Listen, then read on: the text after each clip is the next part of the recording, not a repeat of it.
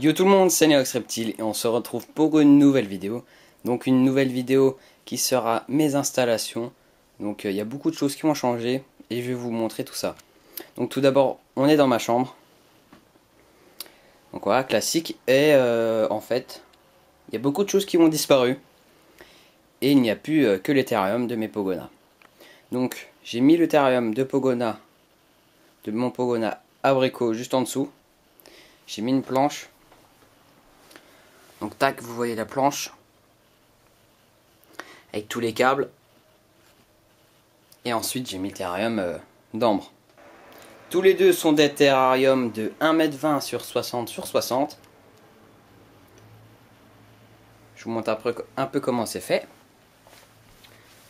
Donc ici on a abricot, un Pogona mâle de 3 ans, donc qui est en pleine mue comme vous voyez, donc mue de la tête et mue des pattes. De face translucien citrus orange. Donc il était en train de manger. Je vous montre son installation.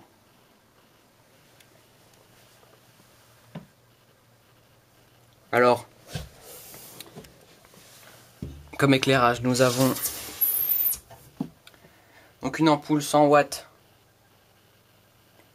Donc ampoule classique Exoterra. Et un néon Zoomet 10%. Voilà. Donc avec une douille céramique.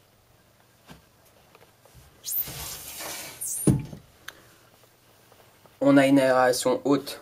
C'est pour cela que j'ai mis une planche qui ait un grand espace. Et l'aération basse est juste ici. Donc juste au-dessus de mon doigt. Pour tout ce qui est branchement, j'ai tout rassemblé ici. Donc on a le minuteur. Donc pour que je puisse y avoir accès très facilement pour régler les différentes saisons. Ensuite, on a le terrarium de ambre qui va bientôt avoir 2 ans. Donc j'ai refait la déco.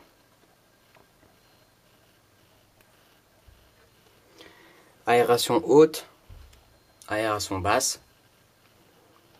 Donc un néon qui sert que d'éclairage, mais c'est quand même un 10%. Niveau chauffage, on a une Solar Raptor 50 watts avec une douille. Donc voilà, qui fait un point chaud à 50 degrés. Donc comme substrat, dans les deux terrariums, c'est de la terre argileuse. Ensuite au fond, on voit le ballast tridonique de la Solar Raptor.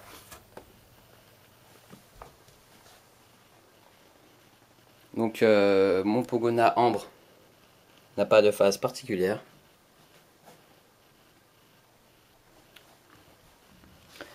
Donc pour ce qui est des installations, juste des petits trous. Ensuite, en haut, on a une pince de nourrissage, donc exclusivement pour les Pogona. Une petite baguette en bois pour leur ouvrir la gueule. Un petit ciseau. Un pulvérisateur. Donc ça c'est pour les plantes. Donc mes plantes. Ça c'est des plantes que j'ai découvert il n'y a pas très longtemps. Donc ma jardinerie en vendait, c'est vraiment très bien parce que ce sont des plantes sans racines et qui résistent donc vraiment à des milieux désertiques. Ensuite on a le calcium sous forme de cellier, voilà, que je saupoudre sur les végétaux, donc tous les 2 jours. Ensuite, on a la vitamine, donc vitamine D3 exclusivement. Voilà. On a le gel hydroalcoolique. Donc là, j'ai mis une petite plaque pour que j'ai un plan de travail. Donc facile pour faire des mélanges, pour préparer leur alimentation. Donc tout ce qui est décor de fond, c'est moi qui l'ai réalisé. Donc j'ai fait un tuto dessus, vous pouvez aller voir ça sur ma chaîne. Maintenant on va passer à l'autre partie de ma pièce d'air. On se retrouve dans le petit couloir où j'ai mis mes Gecko Léopard et pas mal de mes affaires. Donc j'ai acheté des grosses étagères comme ceci. J'en ai acheté 2. Donc c'était plutôt une seule que j'ai divisée en 2. Donc ici on a le coin incubateur. Donc un incubateur acheté Exoterra et un incubateur fait maison. Donc celui que vous avez vu sur mon tuto. J'ai mis une petite vitre. Donc c'est plutôt du plexi. J'ai mis de la mousse histoire de bien isoler. Ici on a le thermomètre. Donc là, les températures ne sont pas très bonnes. Parce que je l'avais éteint pendant un moment. Là je viens juste de le rallumer. Il faut attendre que ça réchauffe. Ensuite on a la boîte. On a un hygromètre. Donc il affiche 80%. Donc pour cet incubateur, vous pouvez voir une de mes vidéos où j'ai fait un tutoriel dessus. Ici on a les boîtes d'incubation des Pogona. Donc en fait ici c'est l'étagère Pogona. Et au-dessus c'est l'étagère Gecko Léopard. Ici on a mon substrat. Donc perlite, vermiculite. Ici on a toutes les boîtes d'incubation des Gecko Léopard. Donc des très bonnes boîtes d'incubation. Ici on a d'autres boîtes d'incubation. Ici on a toutes les boîtes où je mets mes reptiles quand je dois les déranger. Ensuite ici on a l'incubateur Exoterra que j'ai un peu modifié en mettant des plus gros bacs d'eau, une petite grille. Voilà, après on passe au suivant bac. Donc plusieurs étagères qui est consacré à l'élevage de grillons. Donc au-dessus on a quelques boîtes de rangement. Donc sur ces boîtes je vous en dis pas plus parce que ça fait l'œuvre d'un prochain tuto. Ici on a la farine pour poussins, donc l'alimentation des petits grillons. On a quelques boîtes à grillons, quelques branches que j'ai inseptisées et que je me sers pas. Ensuite ici on a l'alimentation des grillons. Donc par exemple nourriture pour poisson, croquettes pour chat. Ici donc on voit pas très bien, c'est la bouillie bordelaise parce que le truc est à l'envers. Ici on a toutes les boîtes de grillons qui me servent de pondoir. Donc là j'en ai plus trop mais ce sont des boîtes à œufs. Ici on a quelques trucs. Donc je vais essayer de vous montrer. Donc c'est tout ce qui est câblage, minuteur, rallonge et pompe. Donc tous les objets électroniques que je me sers pas. Ici on a l'élevage de grillons. Donc là c'est mon élevage que j'ai fourni, donc que j'ai produit moi-même. Et ici c'est les adultes que j'achète. Je vais un peu vous montrer ça. Donc c'est très productif. Là on a un câble qui n'est pas relié à un thermostat parce que il chauffe très bien mais il n'est pas assez puissant. Et puis il n'y a que 2 fils qui passent pour avoir une bonne température. Donc ici c'est la boîte des adultes. Je vais vous montrer la boîte qui vient tout droit de mon élevage. Donc vous voyez la farine pour poussins, les croquettes pour chat, donc je les ai remis il n'y a pas longtemps, des oranges, et là on voit quand même que les grillons ont atteint une bonne taille. Et quand je vous dis qu'il y en a beaucoup, c'est qu'il y en a vraiment beaucoup. Donc ça c'est tout moi qui l'ai fourni. Donc de mon production de mon élevage qui a très bien marché. Donc ce qui est en dessous je vous montre même pas parce que ça doit être complètement blindé. Je vais essayer de vous montrer. Donc c'est à peu près pareil. On a un peu plus gros. Ici on a tout ce qui est grillon adulte. Donc j'ai déjà rangé ça.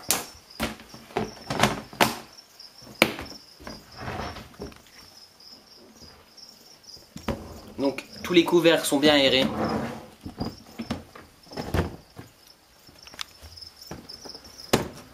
Et ça rentre tout seul et ça bute contre le mur. Donc ça fait un système de rack en quelque sorte. Ici on a les grillons adultes qui sont voués à la consommation. et avec leur pondoir. Donc le pondoir est là, les femelles qui viennent pondre, et on reste sur la même alimentation, farine pour poussins, croquettes pour chat, carottes, salade, endives, orange, et voilà. Donc les pondoirs, je les récupère au bout d'une semaine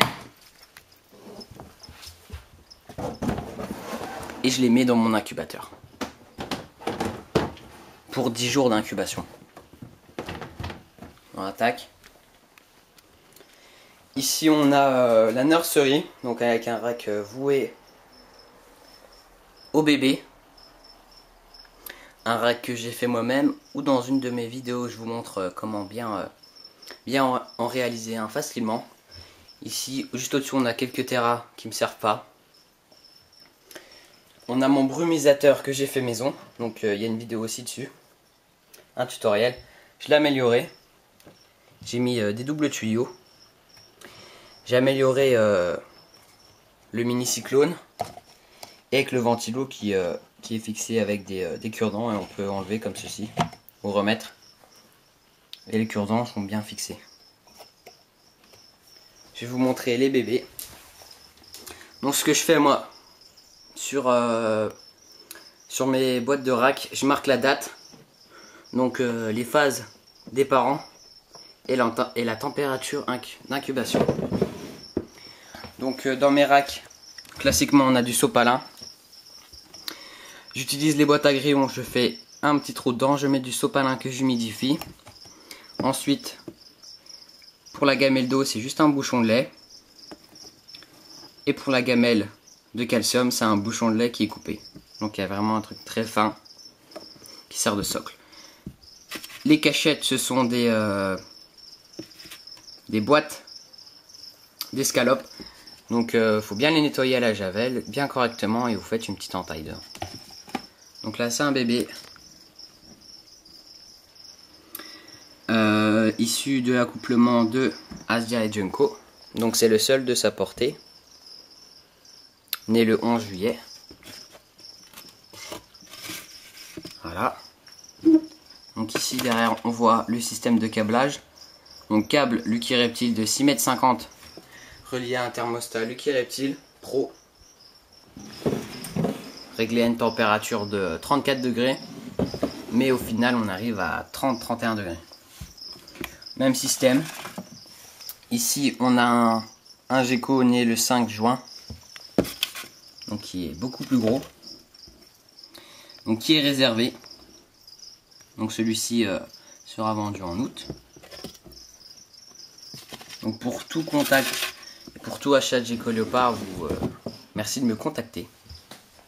Parce que j'en ai 5 encore à vendre, dont 2, donc une ponte où j'en garderai qu'un. Ensuite on a le même système, donc avec une ponte de Junko et Asia.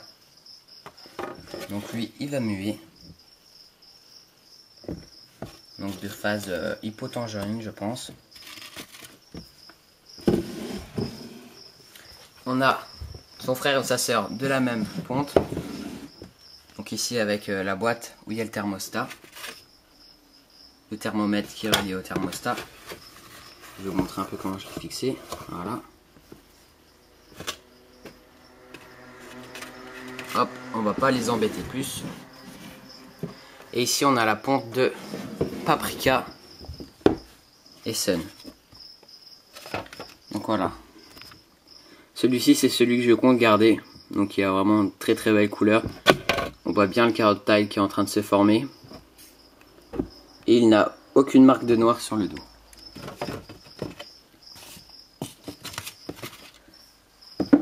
Donc son frère ou sa sœur, qui est ici aussi.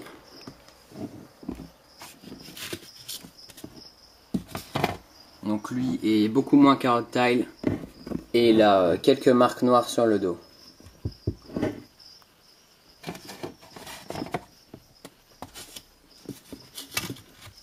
Voilà. Ensuite on passe au terrarium des parents.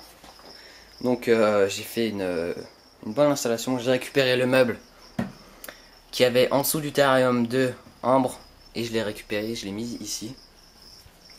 Ici on a tous les câblages avec l'horloge, le minuteur. Et là on a les fiches. Donc Junko, Mal, High Yellow, Gecko Leopard, Paprika, Sun Glow de Heterozygote Tripper. Donc Tripper c'est une souche d'albinisme. Gecko Leopard, donc là on a sa date de naissance. Sun, voilà. Super Hippotangerine, donc Baldi Carotile. Entre parenthèses parce que c'est pas trop prouvé. Et Asia, entre parenthèses, super aussi, puisque ça donne des bébés super, mais elle n'est pas super Hippotangerine, et je dirais qu'elle est plutôt Hippotangerine. Donc on a le terrarium des deux femelles qui fait 80 cm sur 50 sur 50. Le rack, lui, fait 1m30 sur 40 cm, avec des boîtes qui font 40 sur 30 sur 15, des choses comme ça, je m'en souviens plus trop.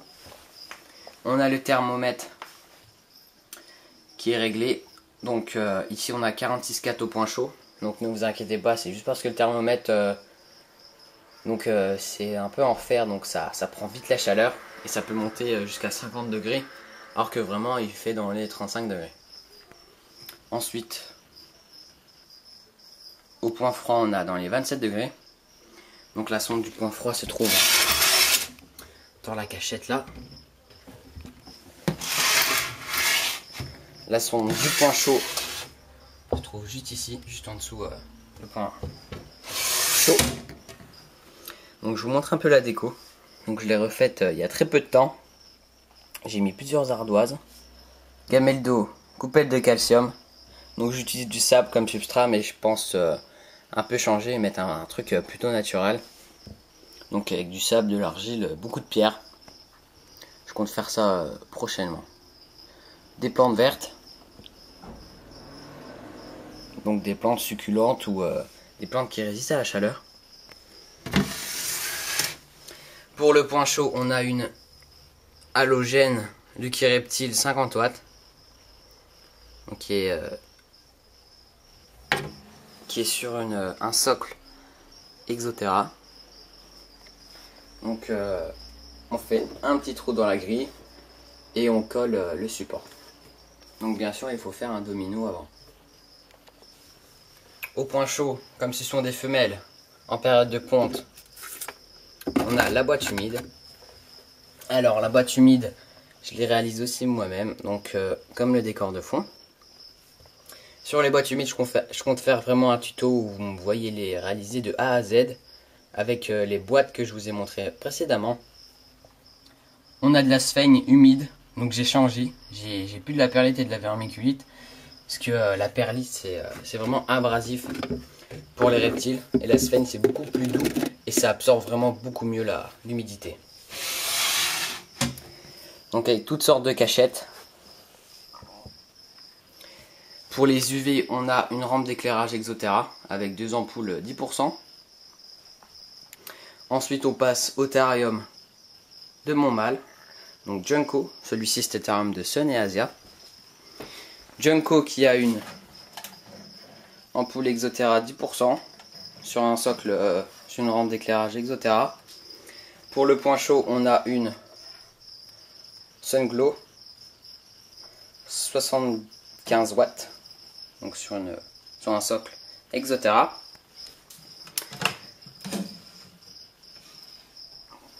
Voici son terrarium.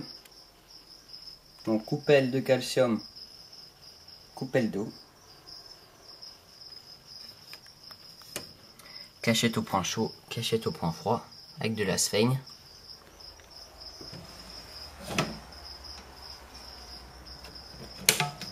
Ici on a tout ce qui est équipement. Et ce qui me sert, donc j'ai l'hydroalcoolique. Donc ça c'est une pince exclusivement réservée au sel. Ici on a une lampe à LED pour mirer les œufs et pour éclairer un peu les terrariums lors du nourrissage. Ici on a la pince à nourrissage. On a une petite règle.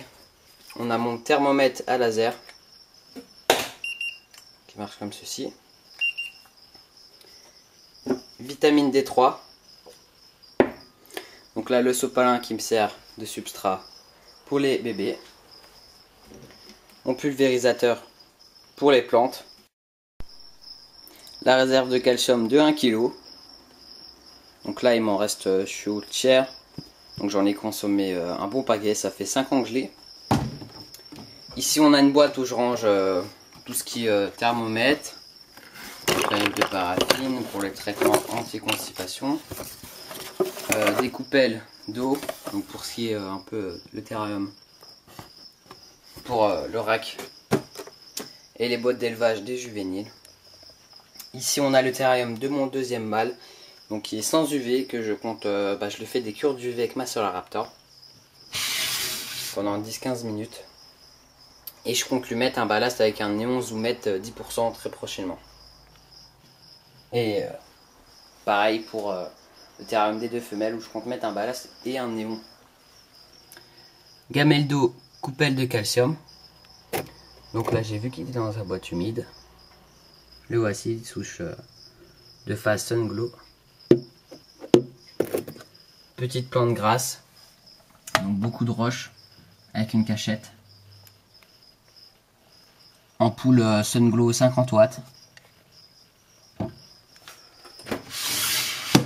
Donc même système pour le terrarium des femelles, on fait un trou, on remonte, on colle avec un domino. Pour ce qui est des tapis chauffants, il est là au point chaud. Donc je les active qu'en période d'hiver. Vraiment quand il fait froid, parce qu'en période d'été, pas besoin. Parce que les pierres font elles-mêmes le boulot et servent de tapis chauffant. Donc c'est beaucoup plus naturel. Tapis chauffant, le terrarium de Junko, il est là. Le terrarium des 2 femelles est là, juste derrière. Et ici on a tout ce qui est branchage. Donc avec une grande rampe que j'ai fixée au mur. Comme ça je peux gérer tout ce qui est éclairage. Et là je peux gérer les saisons avec le minuteur. Donc maintenant je vais sortir tous mes geckos. Donc voilà, j'ai sorti mes geckos léopards, donc adultes.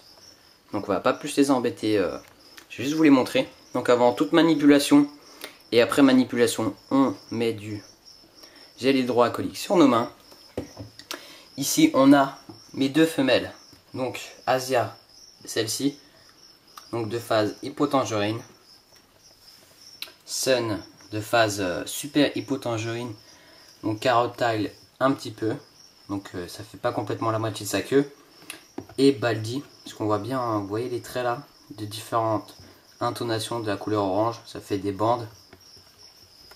Donc voilà mes 2 femelles reproductrices. Donc le mâle que je fais accoupler avec Sun,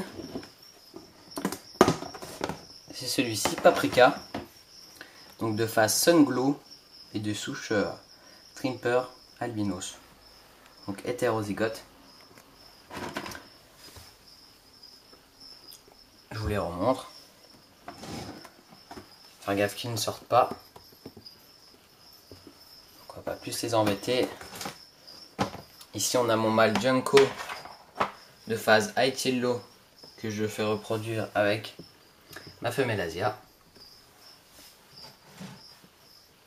Il est en période de mue, donc on va vite le remettre dans sa boîte humide.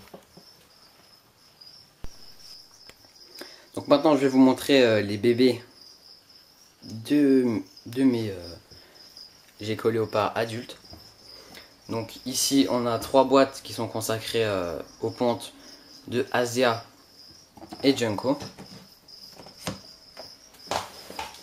Donc un premier bébé.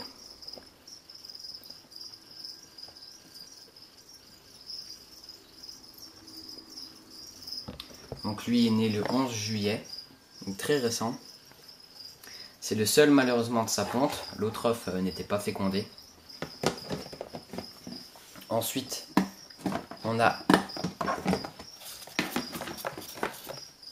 donc un autre qui est beaucoup plus âgé, qui est réservé pour le mois d'août. Donc lui, son frère est déjà parti. Et il reste plus que lui.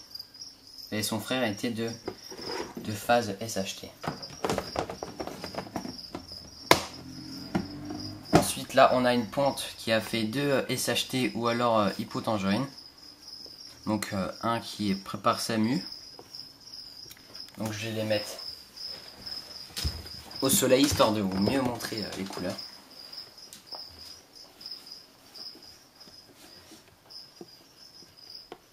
Donc ça fait des couleurs très vives.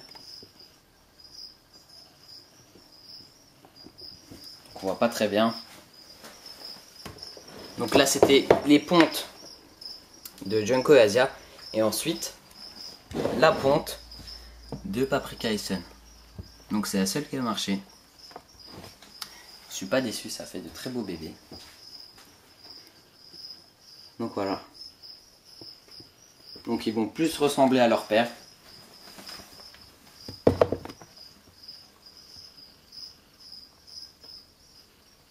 Donc ils sont quand même un peu différents au niveau de la queue et du dos.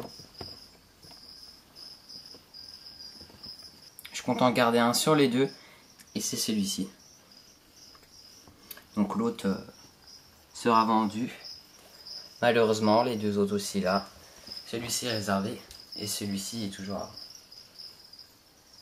Donc faut bien s'en séparer. Pour ce qui est des 3 terrariums que je n'utilise pas, je compte pour ce petit donc faire un couvercle à partir du soc qui est en bas, mettre du grillage dessus et lancer un petit élevage de criquets. Ici pour le petit Exoterra, je compte le transformer en terrarium où je mettrai des plantes carnivores. Donc je vais récupérer cette rampe d'éclairage parce que celle-ci va aller sur le terrarium de Junko, car là je vais passer sur du ballast et du néon. Donc celle-ci sera libre, elle ira là-dessus. Je compte mettre le brumisateur dessus aussi pour les plantes. Ici le terrarium là, donc ça sera peut-être pour le bébé que je compte garder.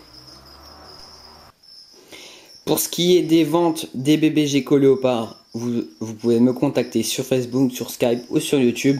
Pour ce qui est des tutoriels sur les grillons, sur l'incubateur, sur le brumisateur, sur le rack et plein d'autres choses, sur le décor de fond, les cachettes, vous pouvez retrouver ça sur ma chaîne. Pour ce qui est des prochaines vidéos, je compte faire un tuto boîte humide de A à Z. Je compte faire un tuto comment bien débuter dans la terrariophilie.